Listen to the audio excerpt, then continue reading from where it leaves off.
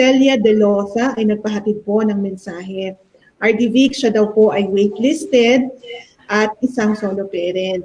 Hanggang ngayon, wala pa daw po siyang natatanggap na mensahe. Kasagutan po, RD Vic. Thank you, At ma'am. kay Ma'am Celia po.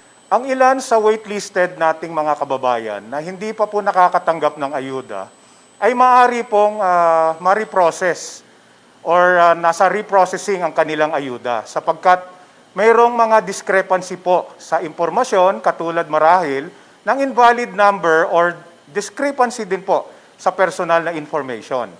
Kami naman po ay nagbibigay ng listahan ng ating mga matagumpay na transaksyon sa ating mga partners sa local government units sa pamamagitan ng ating mga local social welfare and development office.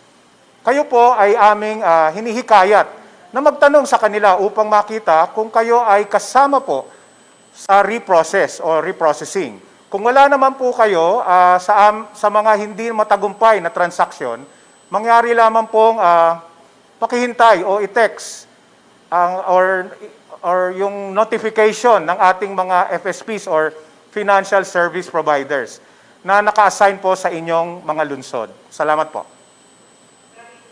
Sa inyo pong kasagutan. Mula naman po kay King Adrias Artizo ng Barangay Rizal, Makati.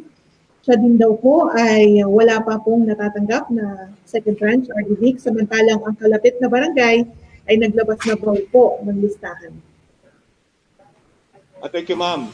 Ang ating pong mga payroll o listahan ng mga nakakatanggap ng ayuda ay naibigay na po natin sa mga LGUs or local government units sa pamamagitan nga po ng ating mga LSWDOs or yung local social welfare development offices. Ang listahan po ay resulta ng deduplication o pagsusuri kung eligible ang isang benepisaryo sa pamamagitan ng pag-cross-check ng kanyang impormasyon sa ibang ahensya na nagbigay rin ng ayuda upang maiwasan po ang pagdoble ng ayudang natanggap sa magkaibang ahensya. Salamat po. Muli, maraming salamat, RDV. Susunod po na katanungan mula naman kay Rowena Solano Malsi ng Caloocan City. Ang tanong po niya, tuloy-tuloy pa po ba ang pagbibigay ng second tranche? Yes. Opo, katulad po ng sinabi ko po kanina, patuloy po ang DSWD NCR sa tulong ng ating mga financial service providers sa pamamahagi ng ayuda sa ating mga kababayan.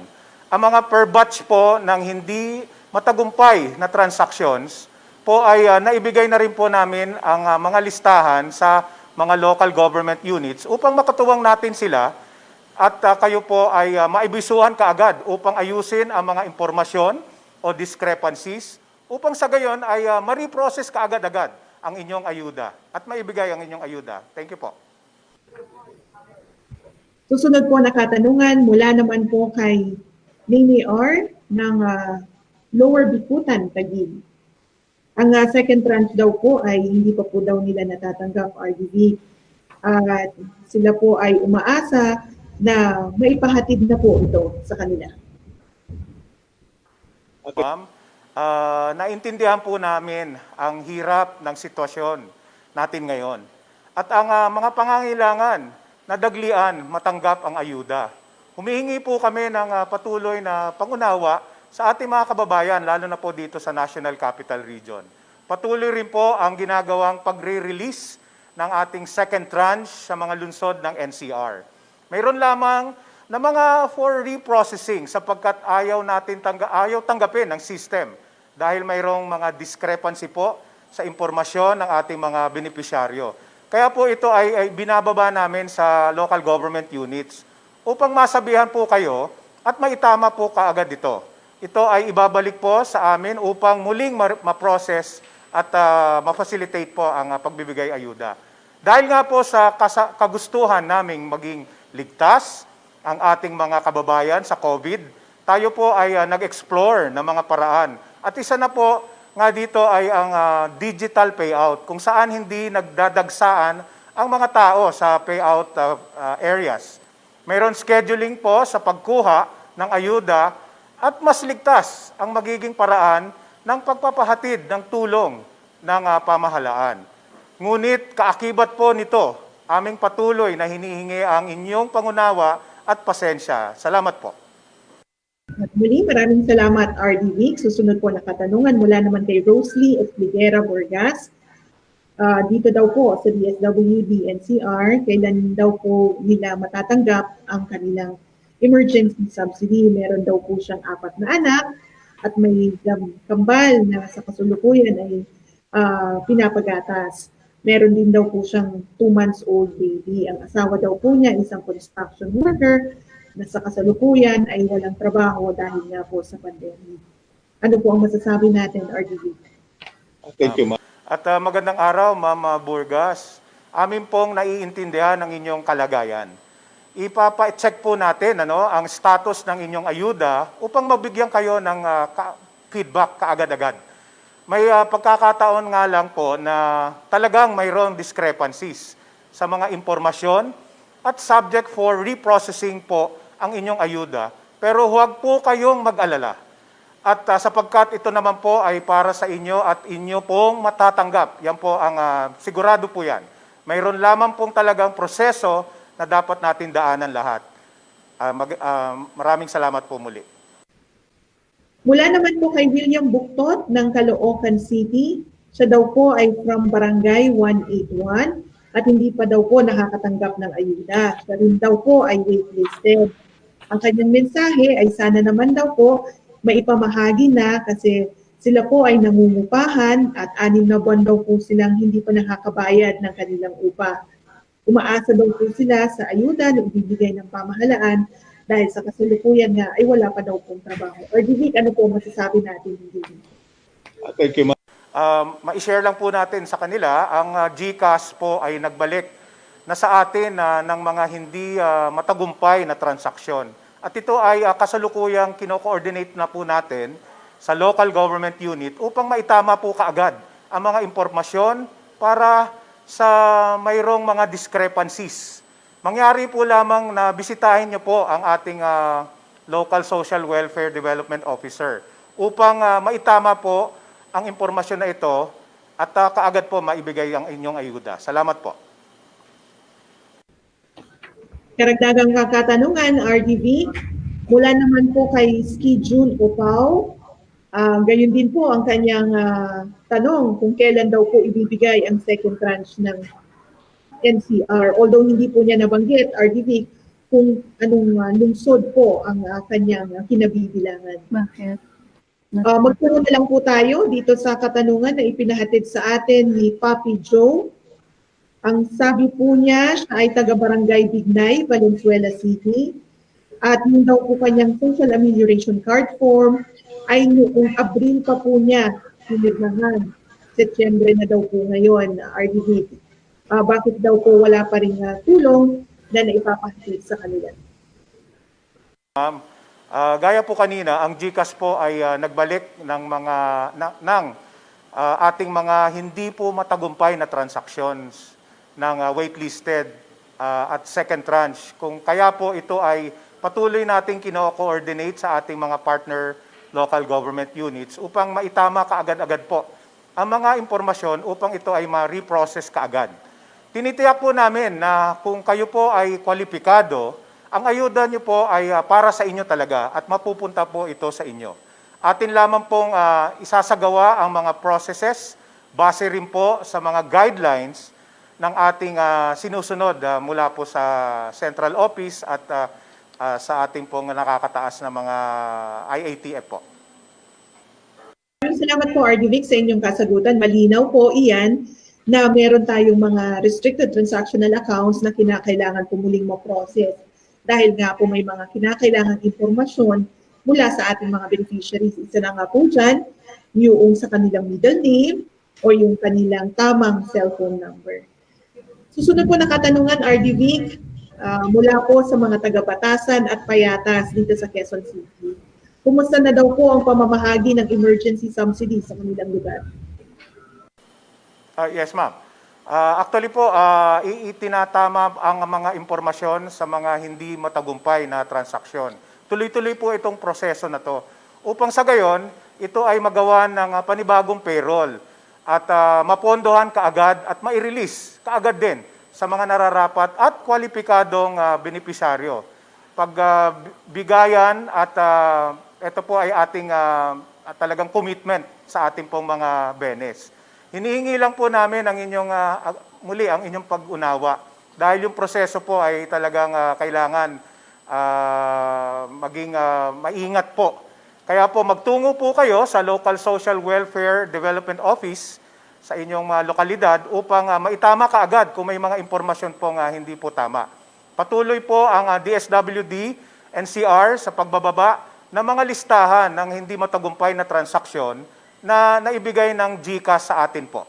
Nais ko rin pong ipagbigay alam na hindi po paisa-isa ang pagpoproseso natin ng mga hindi matagumpay na transaksyon.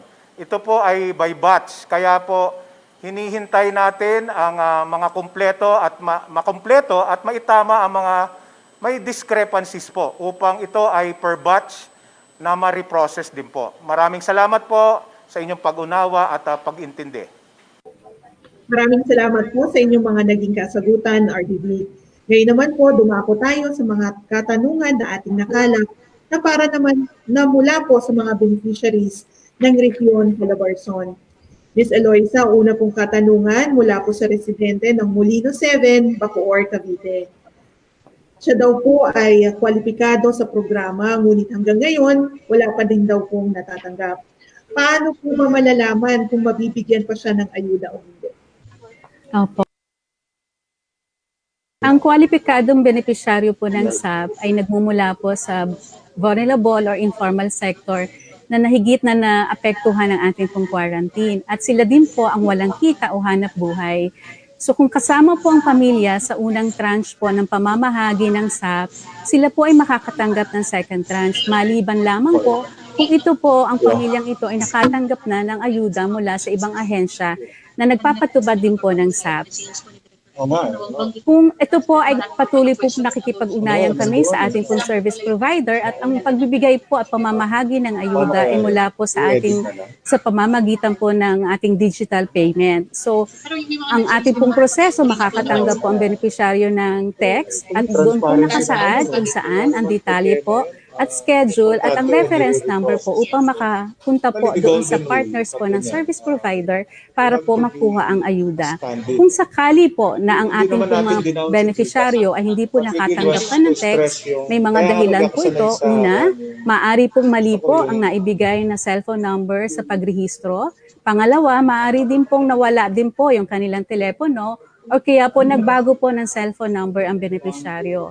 So sa pagkakataon pong ito, maaari pong makipag-ugnayan ng agaran sa ating pong local social welfare and development offices para po ipabigay po ang inyo pong bagong numero, ang iba pong detalye ng ating pong para po sa SAP program.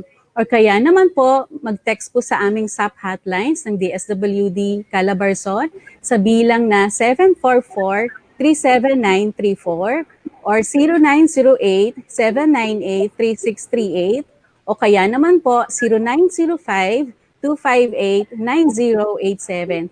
Kayo po ay makakausap ng aming pong mga in charge na staff para po matugunan ang inyo pong mga katanungan at ito po ay masasagot sa pamamagitan po din ng text sa loob po ng 24 hours or 36 hours po. Maraming salamat po, Ma'am Eloisa, sa inyo pong naging kasagutan. Susunod po na katanungan mula naman po kay Lian Rivera. Dito daw po sa kanilang lugar, sa Bacoor City, Cavite, pinag-fill up po sila ng social amelioration card form. Marami raw po silang waitlisted nung hindi daw po nailagay sa master list. Inaasahan po nila na mabibigyan sila, ngunit hindi sila napasama sa first tranche.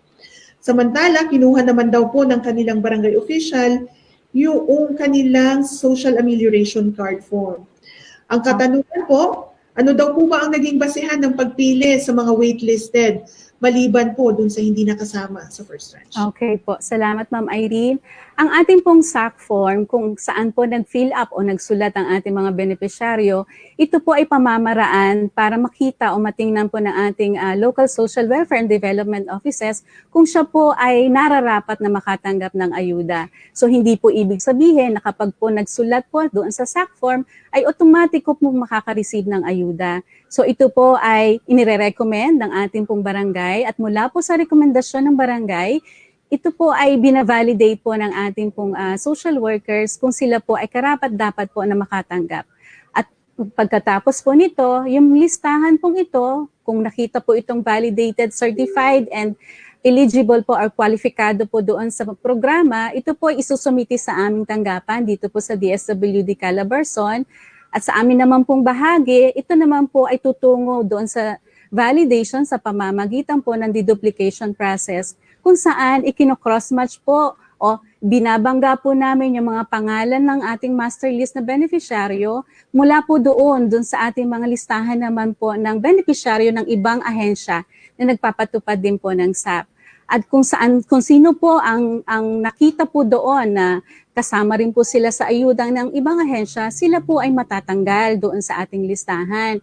At ito po ay ipapaalam po namin sa lokal na pamahalaan para po ipaliwanag doon sa mga benepisyaryo na nag-accomplish po ng SAC o nagsulat po ng SAC kung bakit po sila natanggal doon sa master list. At ito po yung master list ang babayaran po sa pamamagitan po ng ating mga financial service providers. Salamat po, Ma'am Eloisa. Mula naman po kay Yuki David ng Imus Cavite, kailan daw po ba makukumpleto ang pamamahagi ng ayuda sa Imus Cavite?